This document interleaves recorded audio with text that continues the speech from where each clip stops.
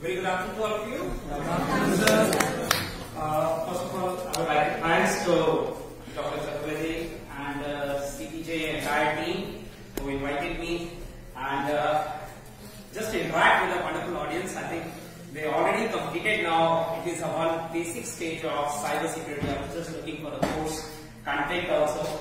So it was really good to see that you have already gone through with it is the area of cyber security, which is no doubt very, very important nowadays.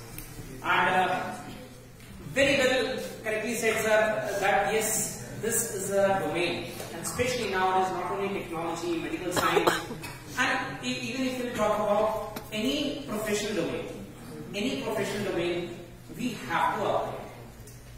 We have to work a lot onto the domain. So it's like a river. You have to, really go to the river with your bucket, take the water out of it, drink and enjoy it. And then again, you have to do continuously. This is the process of professionalism. So actually you have to come in this direction and you have to think what is exactly this cyber, and again obviously cyber is one of the today's topic. So I'll come back to that, but sir, very well said and very correctly said, yes, we have to think about the innovation, the area of research where we have to work. We have to think about what exactly is going in our surroundings. We have to be well educated. What exactly people are doing, where people are involved in. Because without that involvement, and obviously technology is now, it's not a pleasure. Sometimes it's a pain also. So we have to think about whether it's really a pleasure or a pain for us. Today in this session, I'm going to discuss a couple of few points where you'll be able to understand what is really going with us. And I hope, pretty sure, your faculties have already shared lots of information with you, with lots of practicals, and at least you have some good hands-on onto that. So it's really great, and I really love to interact with especially to the people who are into specifically to the domain of security. So let us start a topic of cyber security. What is cyber security? I think now, instead of me, I think it's better why don't you came across. Just share what exactly you feel, what is cyber security. Any idea? Let me make it more interactive. I think then it's more beneficial for others. Come yes, on. please. Let me see. From cyber crimes. From cyber crimes. Okay, sir. Okay, wonderful. You want to say about security from cyber crime? Great. Like cracking, hacking. Cracking, hacking, wonderful. Okay. Anything else? Anything else? Yes, please. Stopping unauthorized access. Unauthorized access. Okay, wonderful, great. Anything else? Finding vulnerabilities. Finding vulnerabilities in the existing technologies. Wonderful. Anything else? Anything else? But have you not thought, like, whatever you said, how you proceed? What is the process? Securing ourselves.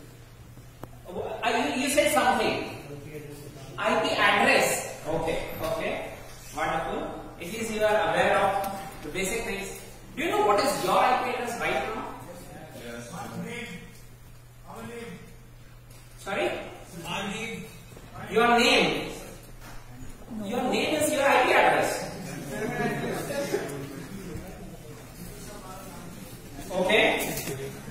Okay. What are the versions of IPs nowadays? IPv6, IPv4. 4 and 6. Great. So at least you are aware with what exactly the things are going on.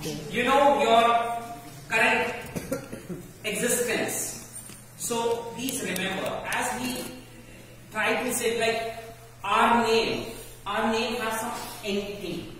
But sometimes if you know your entity, your name might be get compromised or might be collide with others' name. I think in India we have very common name. Sono, Mono, Rono, Dono. Do we have? Right? We have the names. So many people who might have Amit word very common. So sometimes might be your name collides, but do you really believe your IP collides? DNA, sir. Sir, DNA. DNA IP address. DNA. DNS. DNS. Okay. Okay. DNS is little different concept. Well, I'll take you to another era. Now you have to think from the different aspects. Then you understand what all the things I'm going to talk about. Well, before starting, as well used to say, but before starting, I want to ask you a few silly questions now. Very, very silly questions. My first silly question is, how many of you really have an email ID on Gmail? Very silly question. Wow, everyone. Great. Stop using it. Stop using it or take precautions. If you are not aware what you are doing. If you are not understanding what the concept is all about behind the technology. How many of you really do a searching on Google? A very silly question. Very silly question. Everybody used to go for it? Really stop using it. Stop using it or take precautions. You have to think about what exactly the things are going on. Okay, email. Let me talk about technically. I think now you have covered that part as well. Which protocol is required to send a mail? SMTP. Wonderful. Simple mail transfer protocol. Do you know your SMTP protocol, which is actually a dedicated protocol? Which port number for SMTP? 80. Which port number for? I think that was also you covered. 80. Which port number? 80. For SMTP protocol. 21.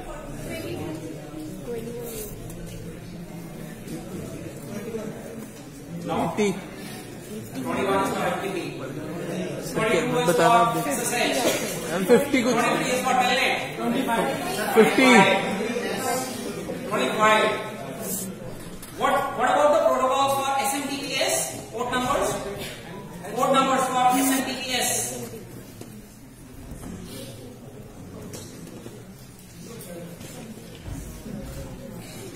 $80. 465 is a port number for SMTPS. Which port number is for SMTPS with TLS? 443. No. 443 is for HTTPS. SMTPS. Correct. 587 with TLS. SMTPS with TLS. So if you really work on the TLS security, then you understand these are the different ports which are required. But now I talk about, this is a basic which you already started. What is the next stage? The next stage is, do you know there's a biggest loophole in SMTP protocol? SMTP protocol never asks for any username or password. Do you know this? There is no authentication model behind this protocol. What the best part is, you simply, if you get able to connect to that protocol, to that server, without knowing anyone's usernames and passwords, directly you can connect and send the mail. Without knowing any usernames and passwords, it means there is a biggest loophole in the technology. So whatever the technology has already, it is a fabricated process. So think about, where is the loophole? Where is the vulnerability? I think you are talking about finding the vulnerabilities. What is the next stage to find the vulnerabilities? How you will identify those vulnerabilities? So to really work on, now, first I gave you the answer that there is a problem in SMTP protocol that it never asks for any authentication. Now to secure it, let me come to another step because we are into the security domain. To secure it, now what you will do? In SMTP, again there is a process that every mail server, do you know some MTAs? What is MTA? Mail transfer. Right. Authorization. Mail transfer. Mail transport agents. Yes. So basically the server which is MTA, which used to send a mail, is also called MTA. Right, mail transport agent, who actually opens port 25. It depends which type of MTA you have configured. And there you will find the configurations of certain MTAs where it gives you the option that you can block the services of remote connectivity so that you cannot access the mails. Concept called as open relay in SMTP protocol. And now what you need to do, you have to just search those settings and you have to configure it. This is the next stage. Another stage. And once you configure, can you imagine, it's quite easy to even misuse that concept. Again, there is another level of vulnerability so that you can even connect the secure layers, penetrate those layers, get into that, and again misusing the servers. For that, what the next stage? The next stage is we have to configure the firewalls. I hope you heard about firewalls. We have to configure certain firewalls. Firewalls, and especially I am talking about IDPS, intrusion detection and prevention systems, which actually try to identify the type of the connectivity which appears on your server carrying some malicious content or the behavior. Basically, we have to analyze the behavior. And once you really analyze those behavior, you are able to connect, identify the things, and now you try to block it. That's another part. And again, this security process goes on throughout the life. So it is not, this is just the beginning to at least start with some mail server. Now my concern is, it's not only Gmail. Why Gmail? Because it's a best service provider in India or even abroad. But the real problem is now something else. Now what the problem is all about? If we can't hack your accounts, still it is quite easy to hack your content. It means I'm talking about, in legal terms, it's a privacy breach. Which section you will apply for privacy breach? Or if somebody is doing a stalking. Now which section is applicable? If somebody is doing stalking,